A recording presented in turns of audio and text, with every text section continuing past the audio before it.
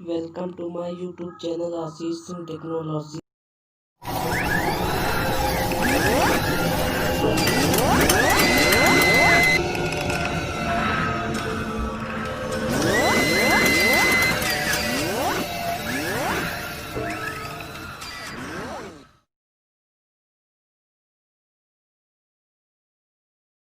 दोस्तों, इजराइल की स्थापना 14 मई 1947 को हुई थी। लंबे समय के संघर्ष के बाद यहूदी को ब्रिटेन से आजादी मिली थी और नए सौराष्ट्र की स्थापना हुई और इसे इजराइल नाम दिया गया।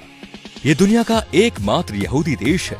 इस देश की सबसे खास बात यह भी है कि पूरी दुनिया में अगर किसी यहूदी बच्चे का जन्म होता है तो उस बच्चे को इजराइल की नागरिकता मिल जाती है और वो जब चाहे तब इजराइल में रह सकता है।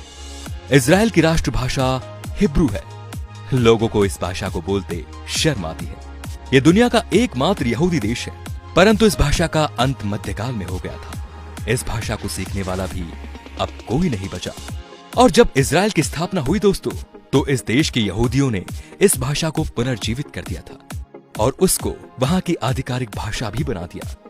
2000 के आंकड़ों के अनुसार यहाँ की जनसंख्या 92 लाख के आसपास है। देखा जाए तो ये दिल्ली और मुंबई से बहुत कम है। क्षेत्रफल में केरल से भी छोटा है। इजराइल एकमात्र ऐसा देश है जहां प्रत्येक नागरिक को मिलिट्री ट्रेनिंग लेना बहुत जरूरी है, फिर वो राष्ट्रपति का बेटा ही क्यों ना हो।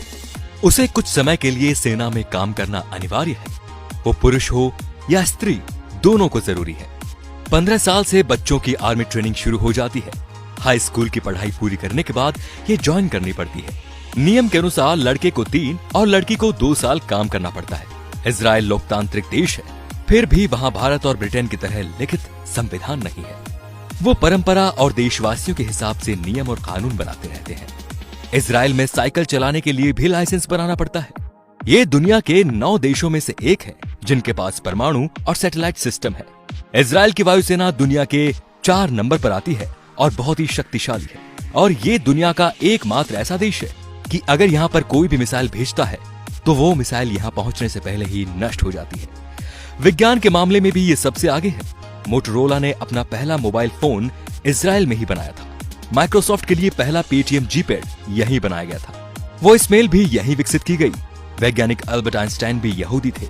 उनको इजराइल का राष्ट्रपति बनने का ऑफर भी दिया गया था, लेकिन उन्होंने मना कर दिया कि वो राजनीति के लिए नहीं बने। फेसबुक के संस्थापक भी यहूदी है। आजादी के समय ना यहाँ खेती की जाती थी और ना ही पानी का स्रोत था। फिर टेक्नोलॉजी के चलते चलते आज के समय में 99 खाद्य पदार्थ खुद पैदा करता है। इसके अलावा समुद्र के पानी को पीने और दूसरे काम में प्रयोग भी करता है। यहाँ पर 40 बुक स्टोर है क्योंकि यहाँ सरकार किताबें पुख्ता करवाती है। यहाँ पर 137 बीच है। यहाँ का समुद्र तल सिर्फ 273 सेंटीमीटर लंबा है। यहाँ की एजेंसी मुसाद दुनिया की सबसे ज्यादा खतरनाक है, जो 6 डे वॉर के नाम से जानी जाती है। दोस्तों, इजराइल भारत को अपना सच्चा दोस्त मानता है। इसके बावजूद भी 2017 से पहले किसी भी भारतीय प्रधानमंत्री ने इजराइल की यात्रा नहीं की। इसके पीछे शायद उन सभी प्रधानमंत्रियों के नाराज हो जाने का डर था। लेकिन 2017 में प्रधानमंत्री नरेंद्र मोदी इजराइल का दौरा करने वाले पहले प्रधानमंत्री बने। उनके इस दौरे ने भारत और इजराइल की दोस्ती को और गहरा मजबूत कर दिया। दोस्तों, 2014 से पहले जब हमारे देश में कोई आतंकवादी हमला होता था तब उसकी कड़ी निंदा की जाती थी, जबकि 1948 से ही इजराइल का एक ही मूल मंत्र रहा है कि अगर किसी देश ने हमारे देश के एक नागरिक को मारा तो हम उसके देश में घुसकर उसके 1000 नागरिक को मारेंगे। और फिर उन्होंने ये करके भी बताया। तो दोस्तों, इजराइल से सिर्फ 1 साल पहले हमारा देश आजाद हुआ था, लेकिन विकास के मामले में आज हम कहाँ हैं और इजराइल कहाँ है, ये सब आपको पता है।